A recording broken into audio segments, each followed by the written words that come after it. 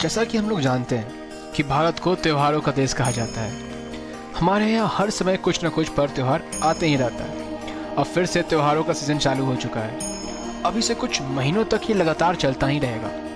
अभी पूरे देश में बड़े ही धूमधाम से नवरात्र की शुरुआत हो गई है। पूरा देश अब नवरात्र के 9 दिनों में धूमधाम से दुर्गा पूजा में जुट जाता है। रौनक देखते ही बनती है। माँ दुर्गा के 9 रूपों की 9 दिनों में उपासना होती है। 9 वो दिन माता के अलग अलग रूप की पूजा होती है और फिर 10वीं के दिन 9 कन्याकुमारी को भोजन और पूजा करके माता की बड़ी ही दुखी मन से विदाई होता है।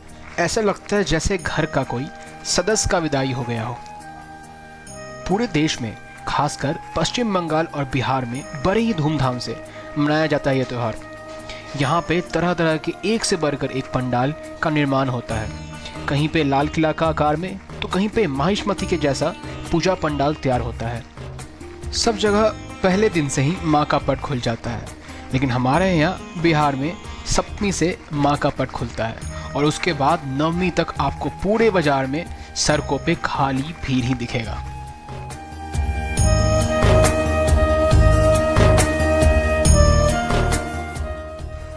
पूजा पंडाल के बाहर डीजे पे भक्ति देवी गीत तो रात के आकर्ष पंडालों की लाइटनिंग मन विभोर कर देता है। अगर आप पटना में हैं तो डाक बंगला चौराहा का पंडाल जरूर देखे होंगे। अगर नहीं देखे हैं तो इस बार जरूर देखें।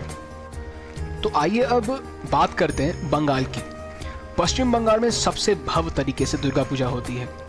यहाँ के पंडाल की तुलना आप कहीं नहीं सकते। ऐसा पंडाल कि आपका सर चकरा जाए। बंगाल में सैकड़ों साल से दुर्गा पूजा हो रही है। ऐसा कहा जाता है कि बंगाल में ही पूरे देश के दूसरे हिस्सों में दुर्गा पूजा आयोजित करने का चलन फैला। पश्चिम बंगाल में दुर्गा पूजा आयोजित करने की शुरुआत को लेकर भी कई कहानियां हैं। पहली बार दुर्गा पूजा कैसे हुई, क्यों आयोजित की गई, इसको लेकर भी एक दिलचस्प किस्सा है। आइए उसके बारे में जानते हैं। पश्चिम बंगाल में दुर्गा पूजा का आयोजन 1757 के प्लासी के युद्ध के बाद शुरू हुआ। ऐसा कहा जाता है कि प्लासी के युद्ध में अंग्रेजों की जीत पर भगवान को धन्यवाद देने के लिए पहली बार दुर्गा पूजा का आयोजन हुआ था। प्लासी के युद्ध में बंगाल के शासक नवाब सिराजुद्दौला की हार हुई थी। 1757 का प्लासी का युद्ध कहा जाता है कि युद्ध में जीत के बाद रॉबर्ट क्लाइव ईश्वर को धन्यवाद देना चाहता था, लेकिन युद्ध के दौरान नवाब ने इलाके के सारे चर्च को नेस्तनाबूद कर दिया था।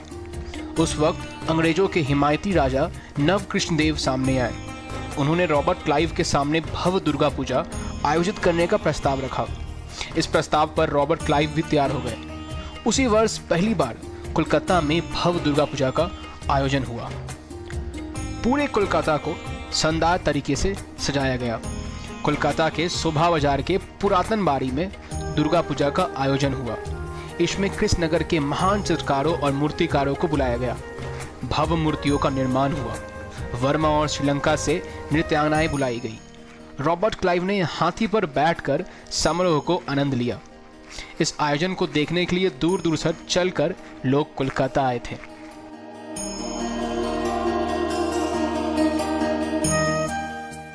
इस आयोजन के प्रमाण के तौर पर अंग्रेजों की एक पेंटिंग मिलती है, जिसमें कोलकाता में हुई पहली दुर्गा पूजा को दर्शाया गया है। राजा नव कृष्णदेव के महल में भी एक पेंटिंग लगी थी। इसमें कोलकाता के दुर्गा पूजा आयोजन को चित्रित किया गया था। इसी पेंटिंग की बुनियाद पर पहली दुर्गा पूजा की कहानी कही जाती है। 1757 के दुर्गा पूजा आयोजन को देखकर बड़े अमीर जमींदार भी अचंभित हो गए। बाद के वर्षों में जब बंगाल में जमींदारी प्रथा लागू हुई तो इलाके के अमीर जमींदार अपना रौब रसूख दिखाने के लिए हर साल भव्य दुर्गा पूजा का आयोजन करने लगे। इसी तरह की पूजा को देखने के लिए दूर दूर के गाँव से लोग आते थे। धीरे धीरे दुर्गा पूजा लोकप्रिय होकर सभी जगहों पर होने लगी। तो चलिए माँ शक्ति की आराधना करते हुए इस वीडियो को यहीं ख़त्म करते हैं। आपके यहाँ कौन सा पंडाल सबसे अच्छा है, कमेंट में ज़रूर बताएं। आशा करते हैं आपको ये वीडियो अच्छा लगा होगा। धन्यवाद।